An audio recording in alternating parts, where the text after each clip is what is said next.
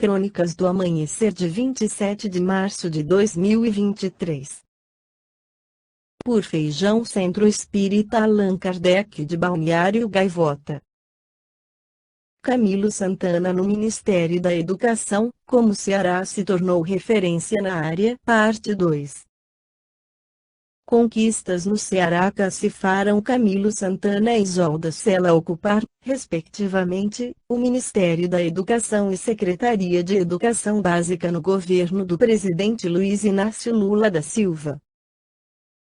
Reeleito prefeito em 2000, Cid Gomes, então no PPS, pôs em marcha uma reforma que, 14 anos mais tarde, elevou Sobral ao primeiro lugar do ranking de municípios do Índice de Desenvolvimento da Educação Básica, IDEB. O modelo de Sobral foi estendido a todo o Ceará pelo próprio Cid, governador por 2 mandatos pelo PDT de 2007 a 2015, e transformou o estado em vitrine nacional em educação básica. A repercussão da experiência fez com que 2 sucessores de Cid, Camilo Santana, PT, e Isolda Sela, sem partido, mantivessem e aprofundassem a receita em suas gestões. Raro exemplo de continuidade de política pública no Brasil, as realizações do Ceará cacifaram Camilo e Isolda ocupar, respectivamente, o Ministério da Educação e Secretaria de Educação Básica no governo do presidente Luiz Inácio Lula da Silva. A fórmula de Sobral apoiou-se em 4 pilares: escolas com autonomia administrativa e financeira, concentração de alunos em unidades maiores com mais recursos, investimento em formação e capacitação de professores e avaliação. A primeira medida foi implementada por meio da criação do Fundo para o Desenvolvimento Autônomo das Escolas, Fundai. Foram criadas uma escola de formação para professores e uma superintendência de gestão encarregada de monitorar o desempenho das escolas.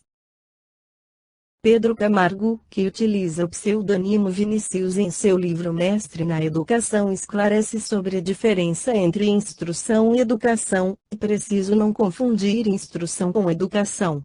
A educação abrange a instrução, mas pode haver instrução desacompanhada de educação.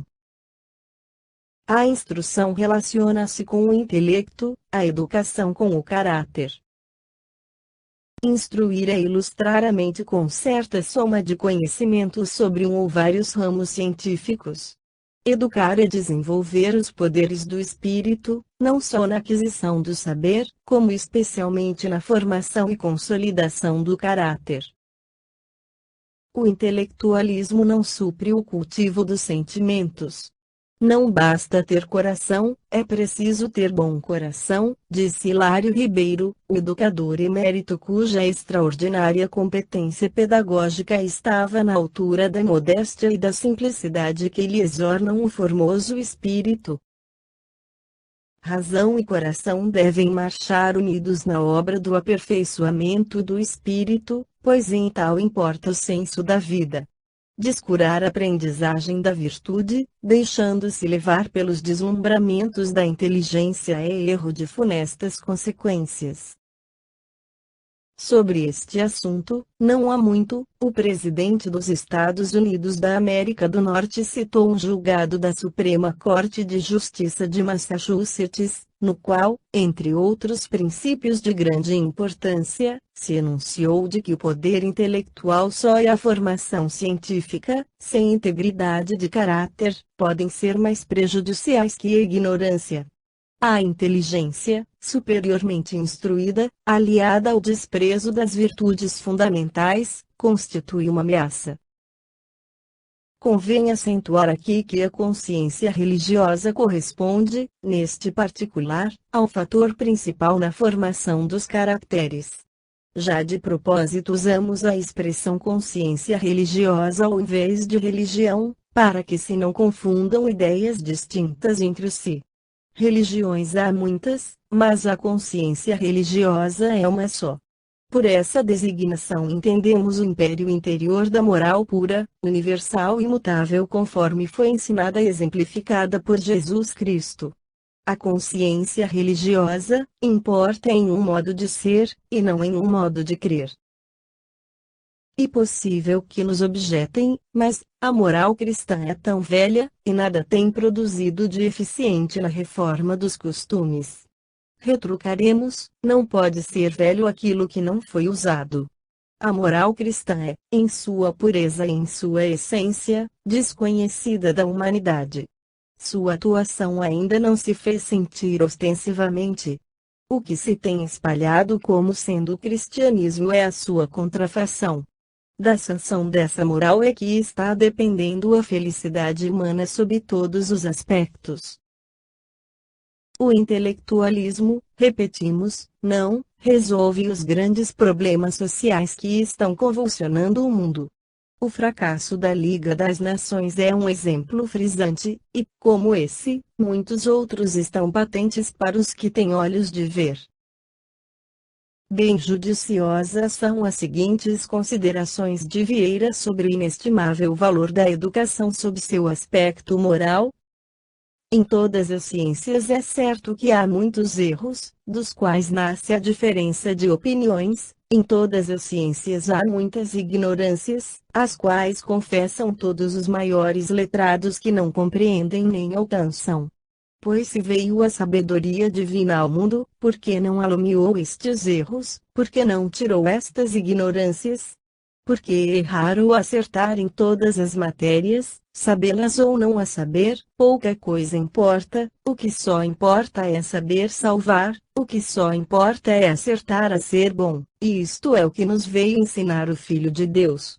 Nem ensinou aos filósofos a composição dos continentes, nem aos geômetras a quadratura do círculo, nem aos mariantes a altura de leste e oeste, nem aos químicos o descobrimento da pedra filosofal, nem aos médicos as virtudes das ervas, das plantas e dos mesmos elementos, nem aos astrólogos e astrônomos o curso, a grandeza, o número e as influências dos astros. Só nos ensinou a ser humildes, só nos ensinou a ser castos.